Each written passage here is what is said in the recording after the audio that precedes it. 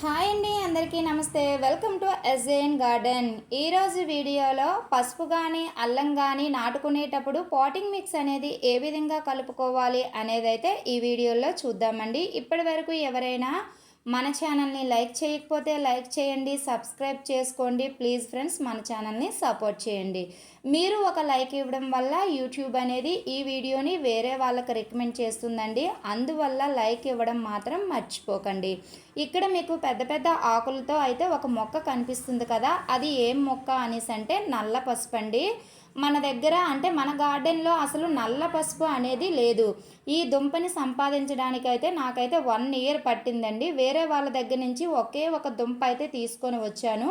ఆ పక్క నుంచి మనకి మొక్క అనేది స్టార్ట్ అవుతుందనమాట. ఇలా రావడానికి మనకి 2 మంత్స్ అయితే పట్టిందండి. అంటే నాకు మార్చిలో దొరికింది, మేకి వచ్చేసరికి మొక్క అనేది ఆ సైజుకి వచ్చింది. ఇప్పుడు పాటింగ్ మిక్స్ అనేది ఏ విధంగా కలుపుకోవాలో చూద్దామండి. ఇది పాత మట్టి అండి. ఈ పాత మట్టిలో ఒక 30% మనము కౌ మెన్యూర్ అనేది కలుపుకున్నాం. ఆ కౌ మెన్యూర్ కూడా చాలా పాతదై ఉండాలి.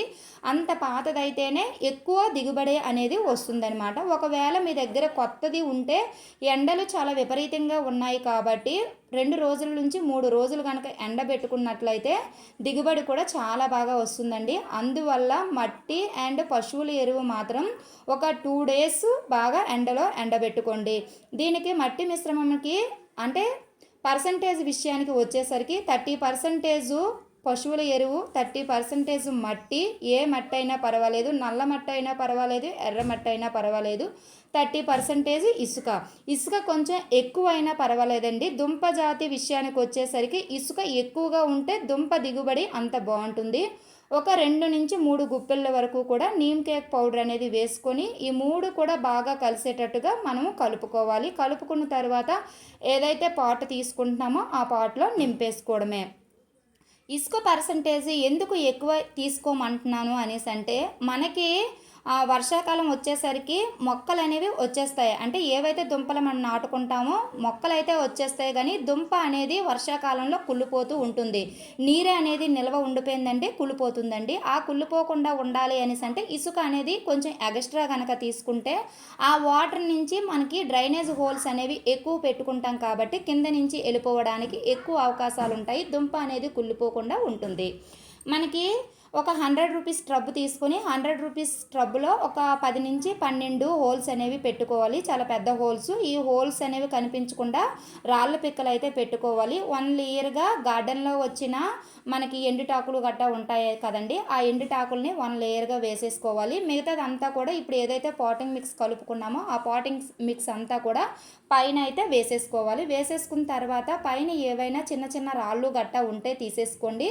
కానీ బెడ్డలు అంటే మట్టిలో వస్తాయి కదండి, బెడ్డల్లాగా ఉంటాయి, అవి మాత్రం నో ప్రాబ్లము. ఎందుకంటే మనం వాటర్ వేసేటప్పటికి అది ఆ వాటర్కి మెత్తపడిపోయి మామూలు మట్టిలాగా అయిపోతుంది. కానీ రాళ్ళ పిక్కలు గట్టా ఉన్నట్లయితే దుంప అనేది వంకర డెంకరగా వెళ్తుందనమాట. అందుకు మంచి సైజులో రావాలి అనేసి అంటే రాళ్ళ పిక్కలు లేకుండా చూసుకుంటే సరిపోతుందనమాట. ఇది పాటింగ్ మిక్స్ కలుపుకునేటప్పుడు మార్నింగ్ టైం పాటింగ్ మిక్స్ కలుపుకున్నాము అనేసి అంటే ఈవినింగ్ టైము మనం దుంపల్ని నాటుకుంటే సరిపోతుంది. ఇది వచ్చేసరికి అల్లము అండ్ పసుపు. అల్లానికి పసుపుకి రెండుకి కూడా పాటింగ్ మిక్స్ ఈ విధంగానే కలుపుకోవాలి. ఇది అల్లం చూడండి ఎంత మంచిగా మనకి మొలకలు అనేవి వచ్చాయి కదా. ఇది పసుపుకి చిన్న మొలకలు స్టార్ట్ అయ్యాయి అన్నమాట. ఈ విధంగా మొలకలు స్టార్ట్ అయ్యేటప్పుడు మనం నాటేసుకుంటే సరిపోతుంది. అవి మొక్కలు రావడానికి కొంచెం అంటే పైకి మనకి కనిపించే విధంగా మొక్క రావడానికి కొంచెం టైం పడుతుందండి. మీరేమి కంగారు పడిపోకండి. అలా అనేసి వాటర్ అనేది ఎండాకాలం కదా, మనము పసుపు నాటాం కదా అనేసి ఎక్కువ వాటరింగ్ కూడా పోసేయకండి. ఎక్కువ వాటరింగ్ పోసేసినా సరే దుంప అనేది కుళ్ళిపోతుంది. అందువల్ల రోజు ఈవినింగ్ టైము మనం కొంచెం వాటరు చిలకరించుకుంటే సరిపోతుంది. అంటే పైన మట్టి అనేది తడిగా ఉందా లేదా చూసుకొని తేమ ఉన్నట్లు అయితే కొంచెం లైట్గా చిలకరించుకోండి. తేమ లేనట్లయితే కొంచెం ఎక్కువ వాటర్ ఇచ్చుకుంటే సరిపోతుంది. వాటరింగ్ విషయానికి వచ్చేసరికి మాత్రం చూసుకొని పోసుకోవాలి, లేదు అంటే దుంప మాత్రం కుళ్ళిపోతుంది. ఈ విధంగా మనము కొంచెం గాతలా తీసుకొని నేను చూపిస్తున్నాను కదా, అదే విధంగా మీరు దుంపలన్నీ నాటేసుకోవడమేనండి. సేమ్ ఇదే ప్రాసెస్లో అల్లం కూడా నాటేసుకోవడమే, అదే ప్రాసెస్లో నల్ల పసుపు కూడా అదే ప్రాసెస్లో నాటేసుకోవడమే. ఈ విధంగా కనుక నాటుకున్నాము అనేసి అంటే మంచిగా మనకి పైకి మొక్కలు అనేవి వస్తాయి. ఇలా నాటుకుంటే ఈ అంటే ఈ పసుపుకి వచ్చేసరికి పక్క నుంచి పిలక అనేది వస్తుందనమాట. నేను స్టార్టింగ్లో చూపించాను కదా, నల్ల పసుపుకి దుంప ఒక దగ్గర మనం నాటితే సైడ్ నుంచి మనకి మొక్క అనేది వచ్చింది కదా, సేమ్ పసుపుకి అలానే వస్తుంది. మనకి అల్లం విషయానికి వచ్చేసరికి ఎక్కడైతే మొలక కనిపించిందో అక్కడి నుంచి మనకి మొక్క అనేది వస్తుందన్నమాట. సేమ్ ఇక్కడ మనకి చూసారా, అంటే సైడ్కి మొలకలు కనిపిస్తున్నాయి కదా, ఎక్కడైతే మొలక కనిపించిందో అక్కడి నుంచి మనకి మొక్క అనేది స్టార్ట్ అవుతుందన్నమాట. ఇవి పైకి మనకి కనిపించడానికి కొంచెం టైం పడుతుందండి. మీరేమీ కంగారు పడిపోకండి. రావు కదా అనేసి అయితే మనము ఆతురత పడవసరం లేదు, ఖచ్చితంగా వస్తాయి. కొంచెం టైం అయితే పడుతుందన్నమాట. ఈ విధంగా మనం నాటేసుకున్న తర్వాత పైనుంచి కొంచెం తేమ ఉంది కాబట్టి లైట్గా వాటర్ అనేది చిలకరించుకుంటే సరిపోతుంది.